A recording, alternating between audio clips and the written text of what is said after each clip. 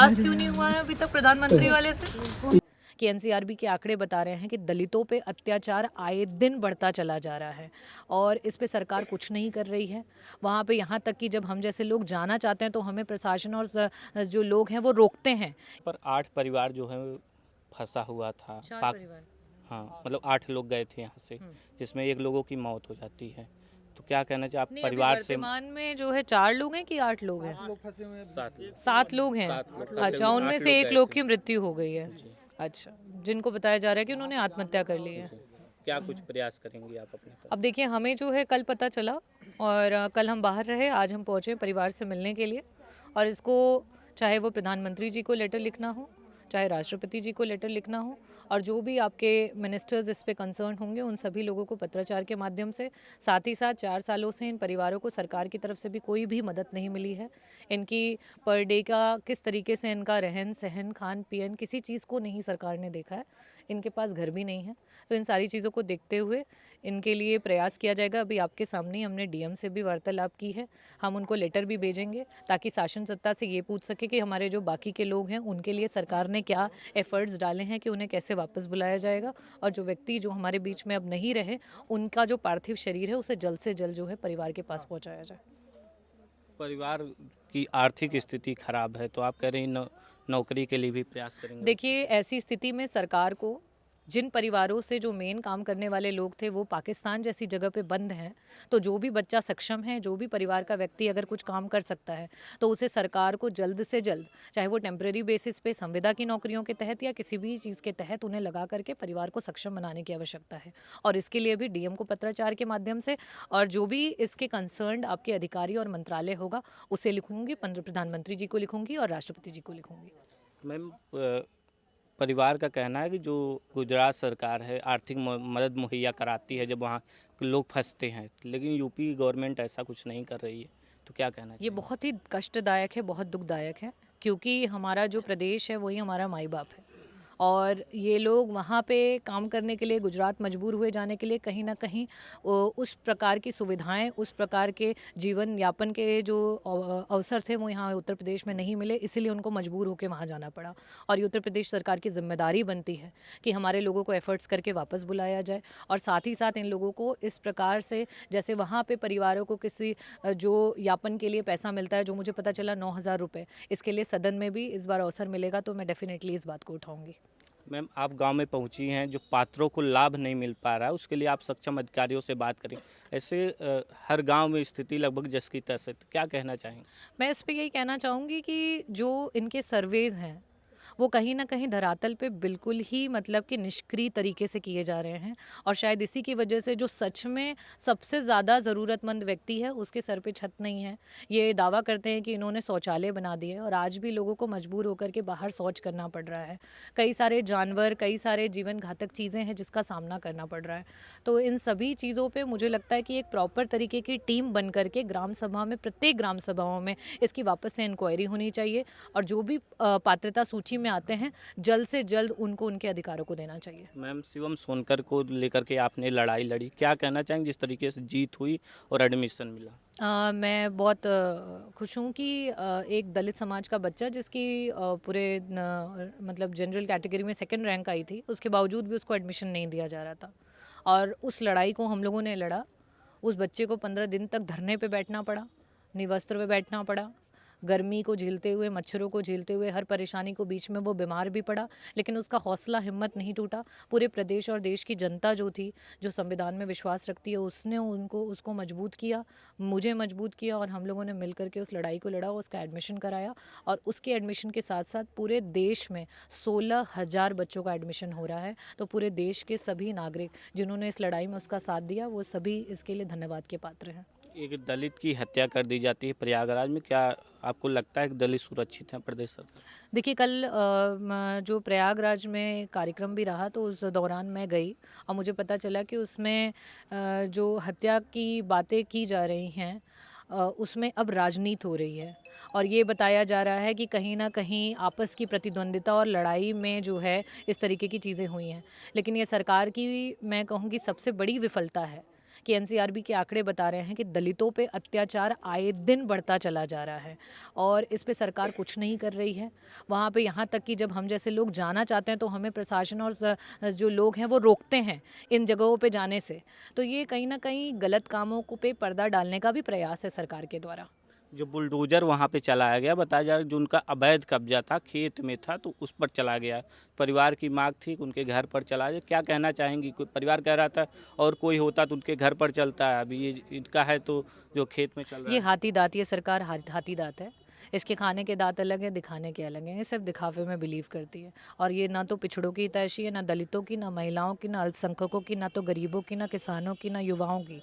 तो ये कहीं ना कहीं ऐसी सामंतवादी व्यवस्था है जिसमें हमारा पूरा पीढ़िए समाज और गरीब जो है वो हर दिन बुलडोज़र के नीचे आ रहा है। Thank you.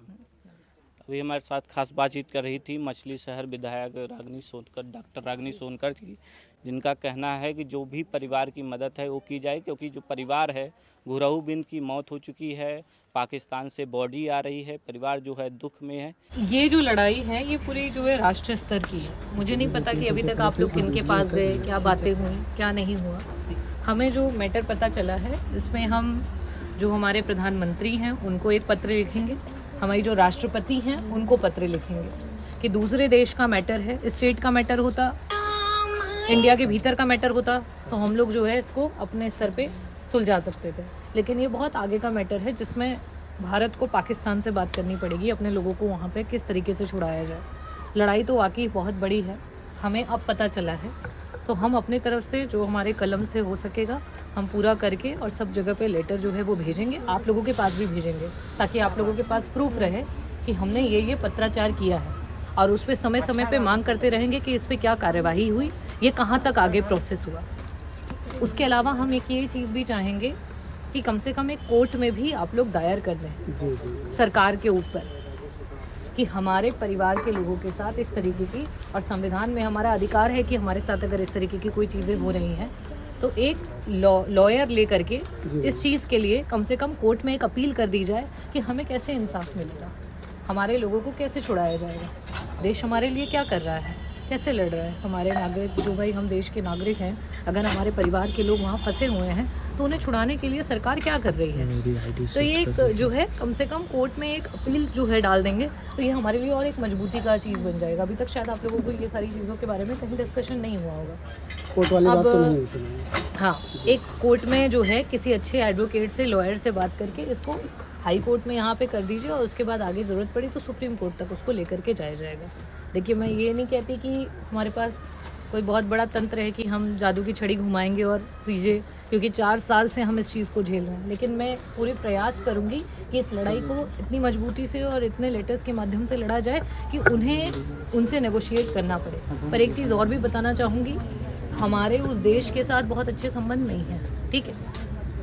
वो क्या मंशा रखते हैं, वो छोड़ना चाहते हैं, नहीं छोड़ना चाहते हैं, ये सारी बातें जब हम सरकारी दस्तावेज वहाँ जाएंगे वो लिख करके भेजेंगे कि वो क्या है स्थिति। लेकिन आप लोग हिम्मत नहीं हारिए, आप लोग की लड़ाई जो है। सबसे बड़ी दिक्कत मैम ये है अभी तक उन्होंने लेटर लिखा कि नहीं लिखा, हमारा जो आपका एक्सटर्नल जो मिनिस्ट्री है, अफेयर मिनिस्ट्री है, उसने बात करने की कोशिश, फॉरेन मिनिस्ट्री ने बात करने की कोशिश की कि नहीं की, उसके लिए भी हम पूछेंगे। क्योंकि एक मंत्री होते हैं जिनकी जिम्मेदारी होती है कि अपने देश के दूसरे देशों से क्या बातचीत हो रही है उसको देखते हैं। तो उन मंत्री ने क्या एफर्ट लिए, क्या किया, नहीं किया, उसको हम लोग दिखवाएंगे, उनको भी लेटर लिखेंगे। समय समय पर हम लोग पत्राचार के माध्यम से पूरा प्रयास करेंगे। बहुत कष्ट हुआ जो इनके साथ हुआ, बहुत दुख है हमें। जी जी जी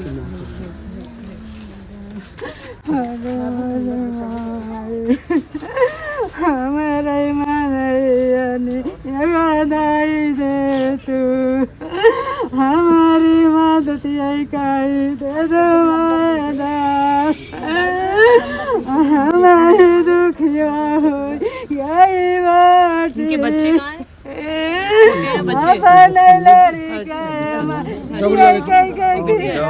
बड़ी बच्ची। अब आप ऐसे रोए कि आपका तबीयत खराब हो जाएगा। चुप होइए, चुप होइए, हिम्मत रखिए, हाँ हिम्मत रखिए। हाँ हमारी मदद दे तू, हमारे भेजेंगे बोल रहे हैं। याद आई दे तू रात के इंस्पेक्टर थे, उन्होंने कहा था कि आज हमारे राम बाधा से पार करें। रान चुप कराइए, बाबू चुप कराना। अभी कोई लोकेशन नहीं है। अच्छा, बॉडी भेजने की बात हुई है, बोली है बाकी घर आई कब तक आएगी? आज हाँ हुई नहीं, है। अभी नहीं हुई है। नहीं बात हुई डायरेक्ट वहाँ से, जो वहाँ की महिला इंस्पेक्टर अभी है। इंडिया में एंटर नहीं हुआ है, अभी नहीं, पाकिस्तान में ही है। हाँ अभी इंडिया में इंटर नहीं हुआ है। पहले अभी उनका पार्थिव शरीर जो है उसको हम लोग मंगा करके उनका अंतिम संस्कार कर दें। हाँ, आप हिम्मत रखिए, आप ऐसे हिम्मत तोड़ेंगी तो कैसे चलेगा? हाँ, बच्चे जो है वो परेशान हो जाएंगे। हिम्मत रखिए। आवाज उठाने के लिए, इनका साथ देने के लिए रेगुलर कोई मिल नहीं पा रहा है। हर दरवाजे पे खटखटा चुकी है। हर दरवाजे पे खटखटा चुकी है। मैं समझ के खाने के लाले चारों घर में पड़े हुए हैं। 4 साल से कंडीशन आप देख सकते हैं, लेकिन जैसे कहते नहीं कि जैसे इन लोग का आवाज क्यों नहीं हुआ है अभी तक प्रधानमंत्री वाले से? पिछली लिस्ट में तो था नहीं, पिछले प्रधान ने नहीं किया। नहीं, 4 साल से इनके परिवार के लोग नहीं हैं, तो इनको तो सबसे पहली लिस्ट में करके आवाज नहीं तो करवाना अभी चाहिए तक तो था। पुरानी लिस्ट चल रही थी ना। मतलब आप कहना चाह रहे हैं कि 22 की सरकार से पहले वाली लिस्ट अभी तक चल रही थी। अब नई लिस्ट चल रही है, उसमें हो अब गया। ये 22 से जो हम लोग 3 साल टेन्योर खत्म हो गया, अब नई लिस्ट आई। जब नई लिस्ट अब जारी हुई अब तो है, आपके प्रधानी का चुनाव आ रहा है ना अगले अब साल, लिस्ट जारी हो गई है। अब लिस्ट आ रही है। हाँ, उस लिस्ट में इनका हो गया है। बाकी सारी जो तीनों हैं उनका, उन लोग का हुआ है कि नहीं हुआ है? उन लोगों का हो रहा है, अभी 31 तक डेट है। इन लोगों का तो और पहले हो जाना चाहिए था। इन लोग का तो प्रायोरिटी पे होना चाहिए। हम अपने लेटर हेड पे लिख करके देते हैं डीएम को, इन लोग को प्राथमिकता में करके इन लोगों का आवाज कराया जाए। कोई लड़का है जो यहाँ पे पढ़ा लिखा इनके परिवार का हो, जिसे कोई नौकरी वगैरह पे रखा जा सके, ऐसा कोई है? बच्चे 2 थे जब वो कितना पढ़ी है पकड़े। बिटिया? इंटर दी है। अच्छा चलो ठीक है, देखते हैं, इनके लिए बात करते हैं कि इनको संविदा पे अगर कहीं पे रखा जा सके तो उसको करवाते हैं, प्रयास करते हैं। ठीक है, आप लोग के परिवार में और कोई बच्चा है, बड़ा बच्चा है, पढ़ा लिखा है जो? हाँ, उनका एक बच्चा ये वही क्या है। कर रहा है बेटा? ग्रेजुएशन कर रहा है। अच्छा, पापा आपके भी गए हुए हैं? अच्छा, और कौन है इसके अलावा? और कोई है बच्चा इनके परिवार से? हाँ, आपका है, छोटा है, 9th में है। ठीक है, हम डीएम से बात करते हैं।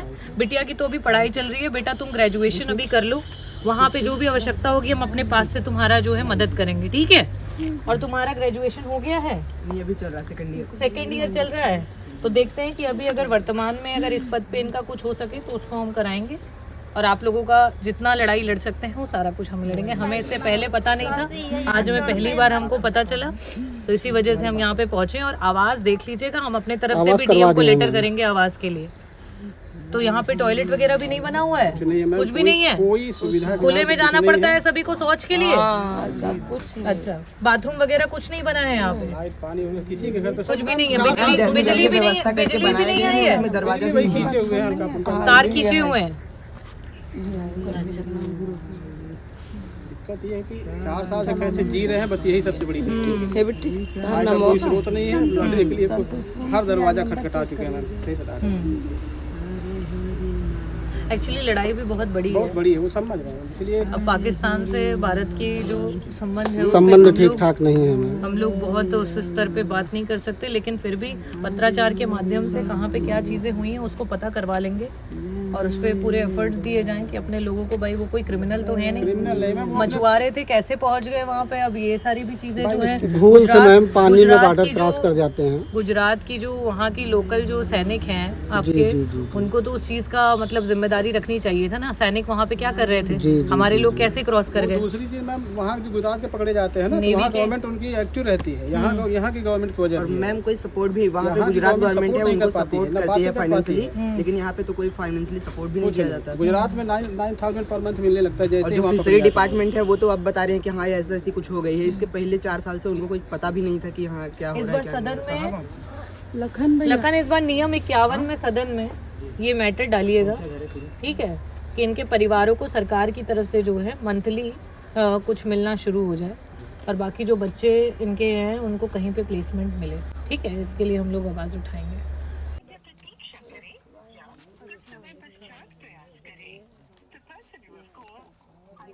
हाँ लक्ष्मी जी, इनका पेंशन आता है? हाँ नमस्कार। ये बताएं कि ग्राम सभाओं में ये जो मच्छर के लिए कुछ छिड़काव वगैरह की कोई योजना नहीं है आपके विभाग से? कौन करेगा? ग्राम सभाओं में? अच्छा। हाँ हाँ रूल। अच्छा ठीक ठीक। ये नगर पंचायत में नहीं चल रहा। ग्राम पंचायतें कराती हैं जी। ग्राम पंचायत मतलब ग्राम प्रधान कराएगा? हाँ ग्राम प्रधान से ग्राम प्रधान हमारे पास बैठे हुए हैं। ग्राम प्रधान कह रहे हैं हम लोग के पास इसकी कोई जानकारी नहीं है, ना हम लोग के पास इसकी कोई ऐसी सुविधा है। वो गलत कह रहे हैं वो सराय यूसुफ ग्राम सभा है यहाँ। एक्चुअली मैं इसलिए आई हूँ यहाँ पे। व्हाट्सएप कर दीजिए कोई। हाँ मैं व्हाट्सएप तो कर दूंगी। मैं एक परिवार से यहाँ मिलने आई हूँ। इनके 4 साल से परिवार पाकिस्तान में जो है, क्योंकि वो गुजरात में बॉर्डर क्रॉस कर गए थे, मछुआरे थे, और वहाँ पे वो लोग जो हैं पाकिस्तान के जेल में कैद हैं। अभी कल मुझे पता चला कि एक व्यक्ति ने आत्महत्या कर ली है वहाँ पे, जो 4 लोग थे उनमें से। तो मैं उनके परिवार से अभी मिलने आई हुई हूँ। तो यहाँ पे मैंने देखा कि ये बड़ी बुरी स्थिति है। एक तो इन लोगों को कोई आवास वगैरह भी नहीं मिला हुआ है, ना शौचालय है, खुले में इनका ओपन डिफिकेशन हो रहा है, और साथ ही साथ इतने एक्सेसिव मच्छर हैं जहाँ पे ये लोग हैं।